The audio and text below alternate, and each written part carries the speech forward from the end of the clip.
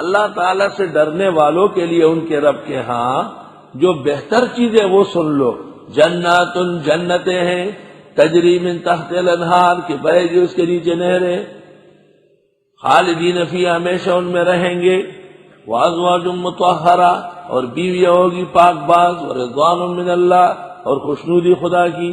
واللہ بصیر بالعباد اور اللہ دیکھ رہے ہیں بندوں کو. یہ نعمت عطا ہوگی. اور پھر یہ لوگ نعمتوں والے ہیں ہر وقت اللہ سے مانگ رہے ہیں. الذین یہ وہ لوگ ہیں یقولون جو کہتے ہیں ربنا اے پروردگار اننا آمنا بے شک ہم ایمان لائے ہیں فاغفر لنا ذنوبنا بس معاف فرمائے ہمارے گناہ وقنا عذاب النار اور بچا ہم کو جہنم کے عذاب سے. دعا بہت ضروری ہے. تقدیر بدلتی ہے دعاؤں کے اثر سے. الصابرین یہ اللہ کے دین پر جمنے والے والصادقین سچ بولنے والے والقانتین عاجزی کرنے والے والمنفقین مال خرچ کرنے والے والمستغفرین معافی مانگنے والے بالاسحار سحری کے وقت. سحری کے وقت رات کے آخری پار کو جب صبح صادق قریب ہو اس کو وقت سحر کہتے ہیں. سبحان اللہ. آیت اقدس فرید الملت والدین فرید الدین گن شکر کہا کرتے تھے وقت سحری وقت مناجات ہے خیز درا وقت کی برکات ہے. سحری کا وقت اللہ سے مانگنے کا وقت ہے. اس وقت میں بیدار رہو سب کچھ برکت نصیب ہو جائے گی. وَمِنَ اللَّيْلِ فَتَهَجَّدْ بِهِ نَافِلَةً لَكَ رات کے آخری حصے میں تہجد پڑھو یہ ہے تو نفل. عَسَىٰ يَبْعَثَكَ رَبُّكَ مَقَامًا مَحْمُودًا اس کے بدلے میں مقام محمود ملے گا. نبی کو مقام محمود ملا. امت تہجد پڑھے تو شفاعت ملے گی. لیکن اگر آپ وتر پڑھ چکے ہیں تو رات کو کوئی قیام اللیل و تہجد آپ کے لیے بہتر نہیں ہے. سنت کے خلاف. اس کو رکعتیں پڑھنی ہے خالی. اس کو یہ تمیز نہیں ہے کہ یہ پسندیدہ وقت ہے یا نہیں ہے. پھر تو سورج نکلتے وقت عصر کے بعد سارے اوقات میں پڑھیے. اس لیے اللہ فرماتے کہ سحری کا وقت بہترین دعا کے لیے ہے استغفار کے لیے. صرف وضو کر کے بیٹھے رہو استغفر اللہ ربی استغفر اللہ ربی استغفر اللہ الذی لا الہ الا هو الحی القیوم واتوب الیہ استغفر اللہ ربی من کل ذنب واتوب الیہ. یہ بہت بڑی عبادت ہے. والمستغفرین بالاسحار اور یہ لوگ سحری کے وقت اللہ سے معافی مانگتے ہیں. شہد اللہ گواہی دیتے ہیں اللہ انہ لا الہ الا ہو. حضرت کو عیسائیوں نے کہا جو توحید آپ بیان کرتے ہیں ہماری کتاب میں اس طرح نہیں ہے. انجیل میں اللہ نے جواب دیا اللہ گواہی دیتا ہے. خدا تعالیٰ خود کہہ رہے ہیں کہ توحید یہی ہے. والملائکۃ اور فرشتے وَأُولُو الْعِلْمِ اور علم والے قائما بالقسط وہ کھڑے ہیں انصاف سے. لا الہ الا ہو نہیں حاجت روا مگر اللہ ہے. العزیز الحکیم غالب اور حکمت. اول و آخر لا الہ الا ہو لا الہ الا ہو یا رب. شہد اللہ دلیل وحی والملائکۃ وَأُولُو الْعِلْمِ دلیل نقلی اور قائما بالقسط دلیل عقلی. اللہ گواہی دیتے ہیں یہ وحی ہو گئی. فرشتے اور علماء سب گواہی دیتے ہیں یہ نقل ہے. اور اللہ موجود ہے برحق قائما بالقسط یہ دلیل عقل ہے. عقل تقاضا کر دیے کہ اللہ قائم دائم ہے. تو ایک ہی آیت کے اندر تینوں ادلہ موجود ہے اور پوری صورت کے اندر اب اس کی تشریح ہوگی. لا الہ الا ہو نہیں ہے معبود مگر وہی اللہ. العزیز الحکیم غالب اور حکمت والے ہیں. اللہ تعالیٰ کی وحدت اور فردت جاننے کا کیا طریقہ ہے؟ اسلام قبول کرنا. ان الدین عند اللہ الاسلام بے شک دین تو خدا کے ہاں اسلام ہے. ہر مذہب کو اللہ نے اسلام دیا تھا۔ آدم علیہ السلام سے لے کر نبی عربی صلی اللہ علیہ وسلم تک تمام انبیاء اور مرسلین کو اسلام دیا گیا ہے۔ وَمَا اخْتَلَفَ الَّذِينَ أُوتُوا الْكِتَابَ، اور نہیں اختلاف کیا ان لوگوں نے جن کو کتاب دی گئی، إِلَّا مِن بَعْدِ مَا جَاءَهُمُ الْعِلْمُ، مگر بعد اس کے کہ ان کو علم آیا۔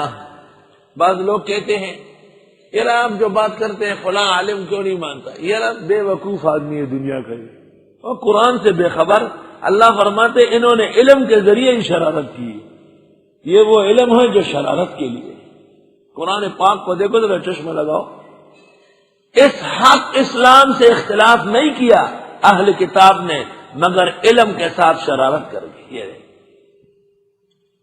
یہ علماء نہیں ہے جن کو آپ سمجھتے ہیں، یہ شرارتیان ہیں، شیطانان۔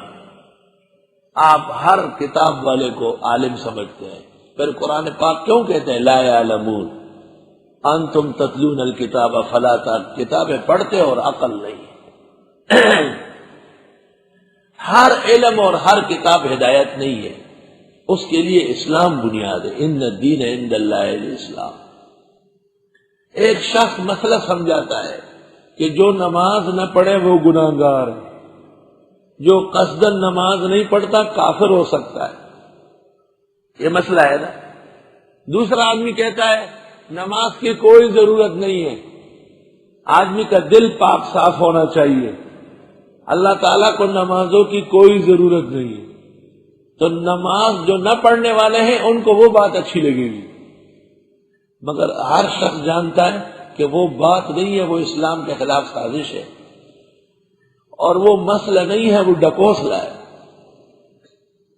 ہر مسئلہ جب حق ہو اس کا مقابل وہ شرارت ہوتا ہے، یہ قاعدہ یاد رکھو، سازش ہوتی ہے۔ دین اسلام برحق ہے اور اس سے اختلاف نہیں کیا کتاب والوں نے، مگر علم کے باوجود شرارت کر کے، بغیم بینہم، سرکشی کر کے۔ وَمَن يَكْفُرْ بِآيَاتِ اللَّهِ، اور جو کوئی نہ مانے اللہ کے فیصلوں کو، فَإِنَّ اللَّهَ سَرِيعُ الْحِسَابِ، بس بے شک اللہ تو جلد حساب کرنے والے ہیں۔ فَإِنْ حَاجُّوكَ، پس اگر یہ جھگڑے آپ سے اسلام کے بارے میں، فَقُلْ أَسْلَمْتُ وَجْهِيَ لِلَّهِ، پس آپ فرمائیے میں حوالے کر چکا ہوں اپنے آپ کو اللہ کے۔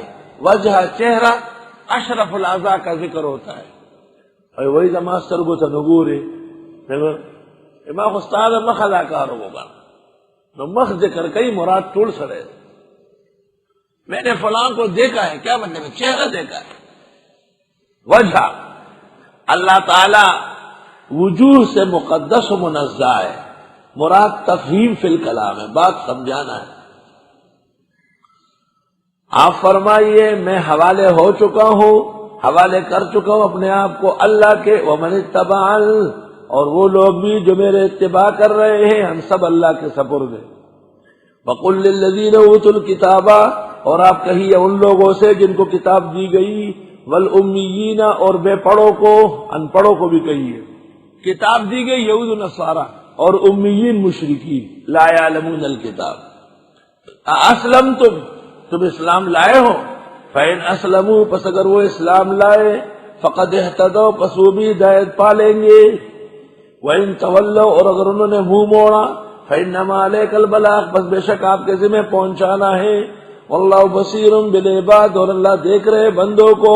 نبی کا کام پہنچانا، علماء امت کا کام خبر رسانی ہے، ہم لوگوں کے دلوں میں ہدایت نہیں اتار سکتے۔ مولانا انور شاہ سے، مولانا مفتی کفایت اللہ، مولانا شبیر احمد عثمانی اور مولانا احمد سعید دہلوی لاہور تشریف لائے تھے، اور مجلس احرار کا جلسہ ہونے والا تھا، شاہ صاحب لیٹے ہوئے تھے اور یہ علماء بیٹھے تھے، شاہ صاحب آرام کر رہے تھے، چادر منہ پہ ڈالے ہوئے تھے، پلنگ پہ تشریف فرما تھے، اور وہ مشہور بزرگ اور نیک آدمی سالک صاحب جو پوری دنیا کے بینکاری کے امام تھے وہ آئے تھے۔ مولانا شبیر احمد صاحب سے بینکاری کے بارے میں کچھ پوچھ رہے تھے۔ مولانا شبیر احمد بہت بڑے متکلم تھے، علوم دین پر بڑی زبردست نظر تھی. شاہ صاحب کے ساتھ مقابلے کا درس مسلم کا دیتے تھے. جو شاہ صاحب کے ٹکر میں درس دیتا وہ کوئی چیز ہوگی. حضرت فرماتے تھے کہ ہمارے زمانے کا کامیاب متکلم مولانا شبیر احمد صاحب ہے، اور ہندوستان کے وہ 4 بڑے حضرات جو خطبہ کہلاتے ہیں، نمبر 1 ابو الکلام، نمبر 2 احمد سعید، نمبر 3 شبیر احمد، نمبر 4 عطا اللہ شاہ بخاری. خطبہ ہند 4. آخری خطیب عطا اللہ شاہ بخاری ہے. مولانا شبیر احمد صاحب ان کو سمجھاتے رہے. وہ پھر اعتراض کرے کہ حضرت پوری دنیا کا نظام بینکوں سے چلتا ہے، یہ جائز ہونا چاہیے. پھر مولانا سمجھائے، پھر وہ بات کرے، پھر سمجھائے. مولانا انور شاہ سے اٹھ بیٹھے، سن رہے تھے، جاگ رہے تھے، اہم باتیں تھی. شاہ صاحب پلنگ میں اٹھ کے بیٹھ گئے اور سالک کو کہا، اس کا نام سالک تھا نا، بات سنو سالک صاحب، جہاں تک شریعت کے مسئلے کا تعلق ہے، بڑی دیر سے میں آپ کے سوالات اور مولانا شبیر احمد کے جوابات سن رہا ہوں. مولانا نے سمجھانے کا حق ادا کیا ہے، اس سے زیادہ کوئی کسی کو نہیں سمجھا سکتا. آگے جہنم جانا اور نہ جانا ہے. اگر کسی کو دوزخ جانا ہے تو اپنے پیروں سے چل کے جائے، ہمیں اپنا پل کیوں بنا رہے ہیں؟ مطلب یہ کہ ناجائز پر ہم سے کیوں ہاں کروا رہے ہیں؟ آپ خود دوزخ چلے جائے. وہ چیخ پڑا، رونے لگا، اس پر رقت طاری ہوئی، ہاتھ جوڑنے لگا، معافی چاہتا ہوں. حضرت نے فرمایا دیکھو علماء کا کام مسائل سمجھانا ہے. اگر کسی کو خواہ مخواہ دوزخ جانے کا شوق ہے تو اپنے پیروں چل کے جائے، ہمیں کیوں اپنا پل بنا رہے کہ ہم سے ہاں کروا کر کے پھر آپ جائیں گے؟ نہ، بغیر ہمارے جائیں. واللہ بس انما علیک البلاغ، آپ کے ذمہ پہنچانا ہے. واللہ بصیر بالعباد، اور اللہ دیکھ رہے ہیں بندوں کو. آپ کا اور ہمارا اور پوری دنیا کے اہل حق کا فریضہ حق آگے بڑھانا ہے. حق منوانا ہمارا کام نہیں ہے، حق دلوں میں اتارنے کے ہم ذمہ دار نہیں ہیں. ہاں، ہم اللہ سے توقع رکھتے رحمتوں سے کہ انشاءاللہ دین احسان آگے بڑھتا جائے گا.